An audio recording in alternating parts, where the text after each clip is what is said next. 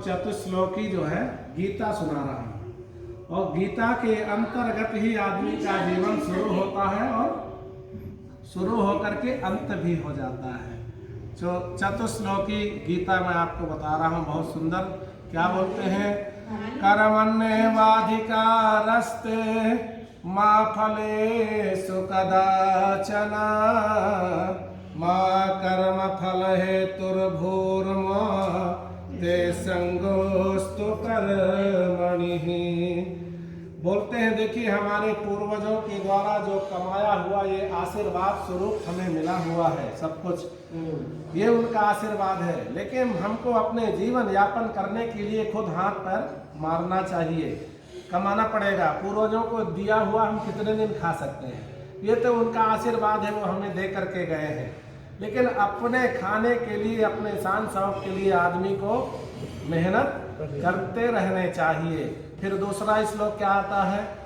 यदा यदा हि धर्मस्य ग्लानिर्भवति भारत अभ्युत्थानमधर्मस्य तदात्मानं सृजाम्यहम्। कहते हैं धर्म और कर्म निरंतर करते रहना चाहिए। यदि धर्म की हानि हो जाएगी, वही फिर भगवान अवतार लेते हैं। साधु संतों का जब अपमान होगा, माता पिता का लोग आदर सत्कार नहीं करेंगे, तो भगवान को फिर आना पड़ता है। तीसरा श्लोक क्या है? परित्राणाय साधूनां विनाशाय च दुष्कृतां धर्म संस्थापनार्थाय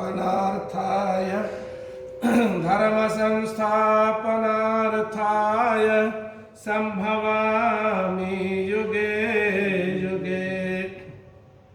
जब जो है साधु संतों का लोग अनादर करना शुरू कर देंगे, अपने माता पिता का अपमान करेंगे, तब भगवान कहते हैं मुझे इस धर्म की रक्षा के लिए अवतार लेना पड़ता है। चौथा श्लोक बहुत सुंदर है। देखिए भगवान क्या कहते हैं कि अब तुम अपना काम धंधे भी कर लिए, धर्म कर्म भी कर लिए, सेवा सत्कार भी कर लिए। चौथे श्लोक में कहते हैं कि सारे संसार का तुम चिंतन छोड़ दो, मोह छोड़ दो। क्या बोलते हैं? सर्वधर्म परित्यज्य मामेकं शरणं व्रज अहं त्वां सर्वपापेभ्यो मोक्षयिष्यामि मां शुचः। भगवान कहते हैं कि देखिए, तुम सारे धर्मों का परित्याग कर दे, तुम सिर्फ मेरी शरण में आ जाए। जो तो अभी तक पाप किया है, मैं उस पर सब पापों का भी हनन कर दूंगा, तुम्हें मोक्ष दे दूंगा। तुम मेरे पास आ तो सही, मेरे से दूर क्यों भाग रहा? आ तो सही। तो भगवान राम जी ने भी अपने पिता का श्राद्ध किए हैं। गया श्राद्ध हर व्यक्ति को करना चाहिए।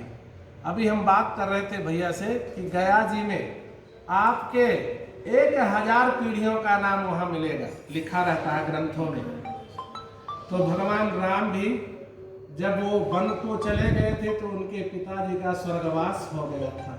तो बड़ा बेटा होने के नाते श्राद्ध करने का पहला अधिकार बड़े बेटे को है, या तो फिर जो है छोटे बेटे को अधिकार है।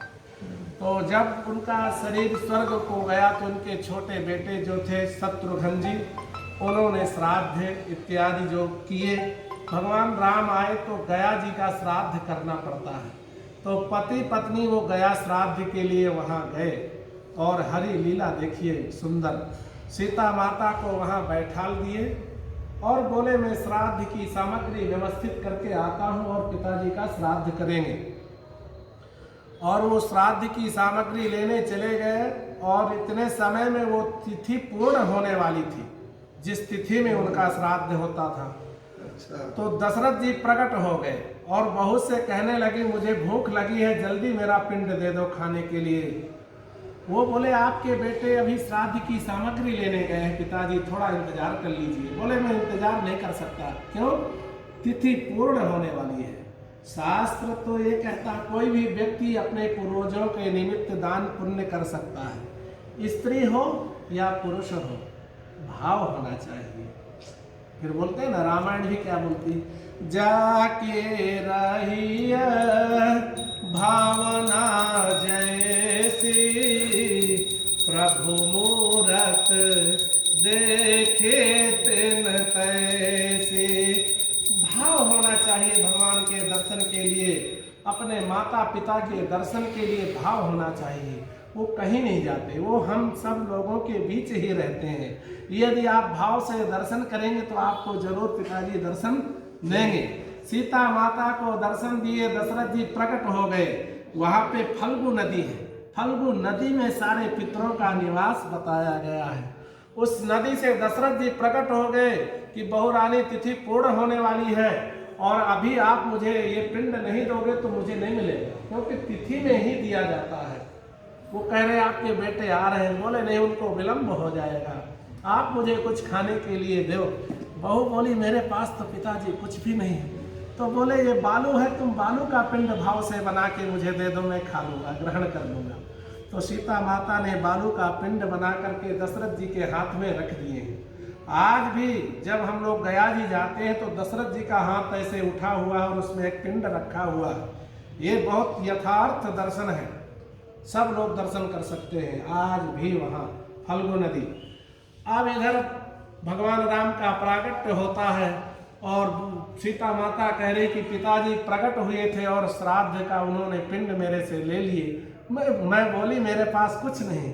तो बोले बालू का ही पिंड बना के दे दे मुझे, नहीं तो तिथि पूर्ण हो जाएगी। भगवान राम को विश्वास नहीं हुआ कि पिताजी तो मेरे से ही पिंड लेने वाले हैं और तुमसे कैसे ले लिए। तो बोले और किसी ने देखा है?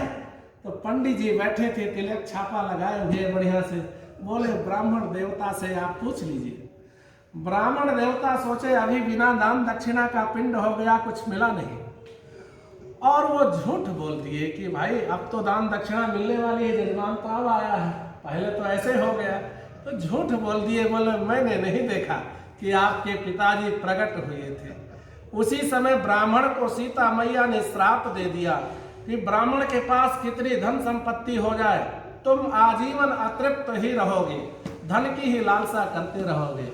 इसीलिए आप लोग कितना दान पुण्य कर दो ब्राह्मण को। ब्राह्मण सोचता जजमान कम दिया है, और थोड़ा मिलना चाहिए, और थोड़ा मिलना चाहिए। ये सीता मैया का श्राप है, इसलिए ब्राह्मण अतृप्त रहता है। भगवान राम बोले और कोई था? पास में गौ माता खड़ी थी।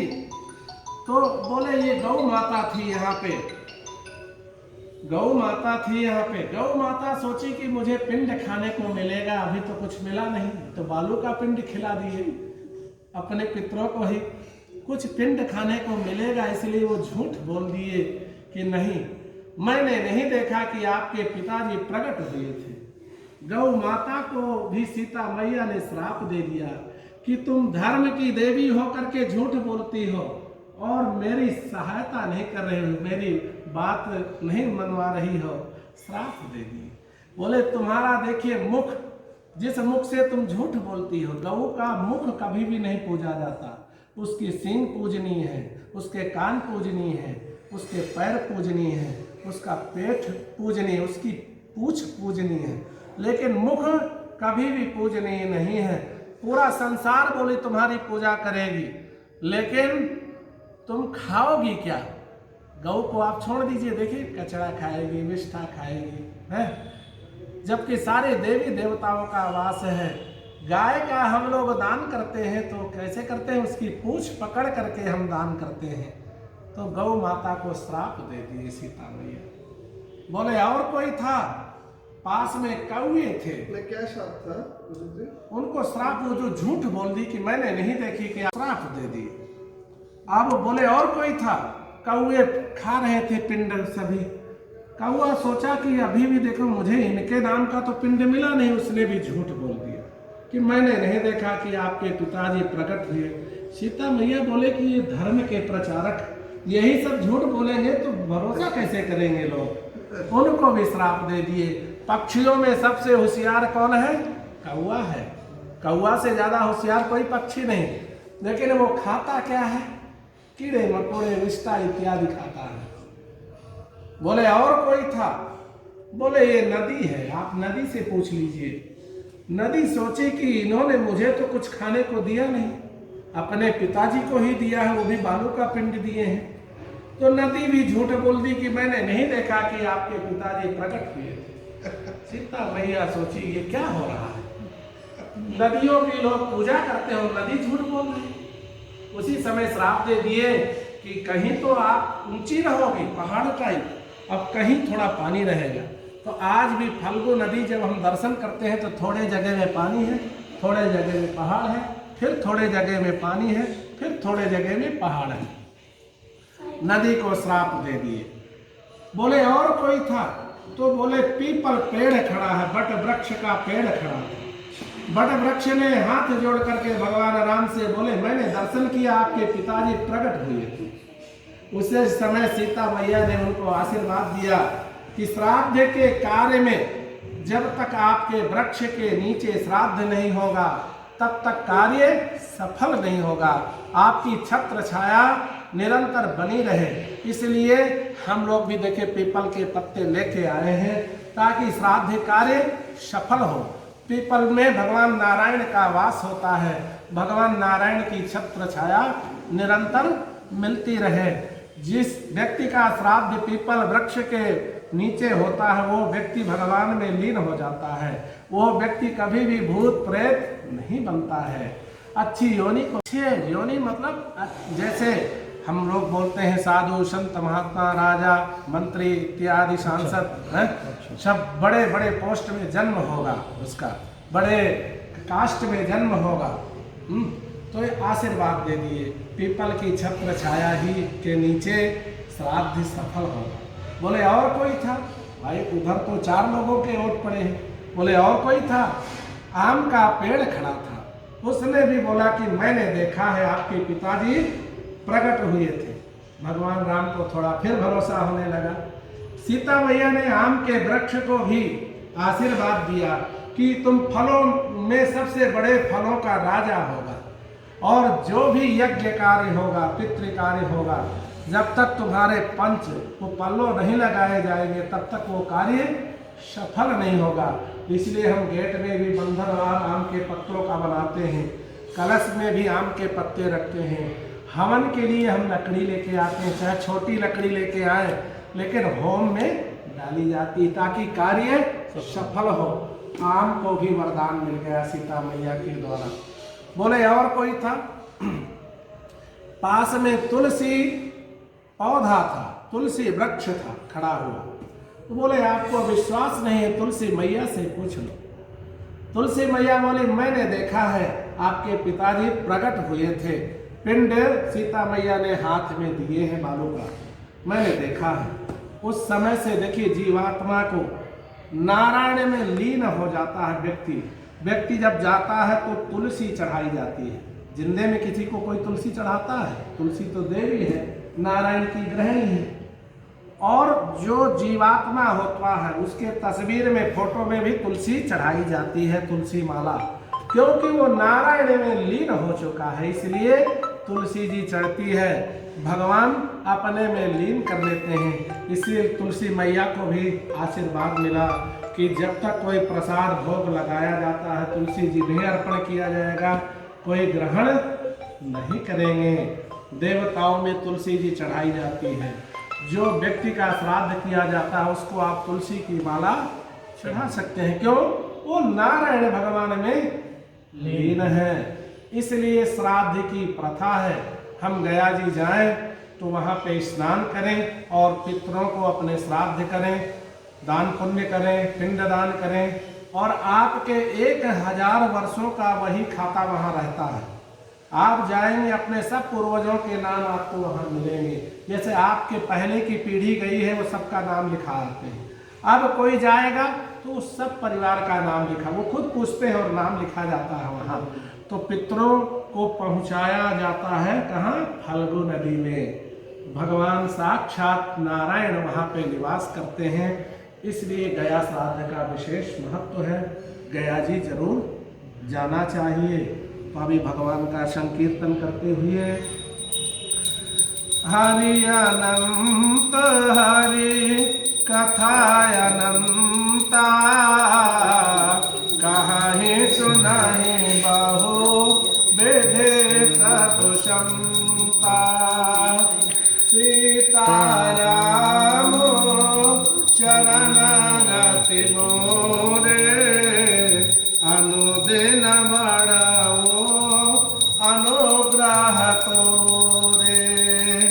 सिया राम मैं सब जग जानी करहु प्रणाम जोरे जुग पानी करहु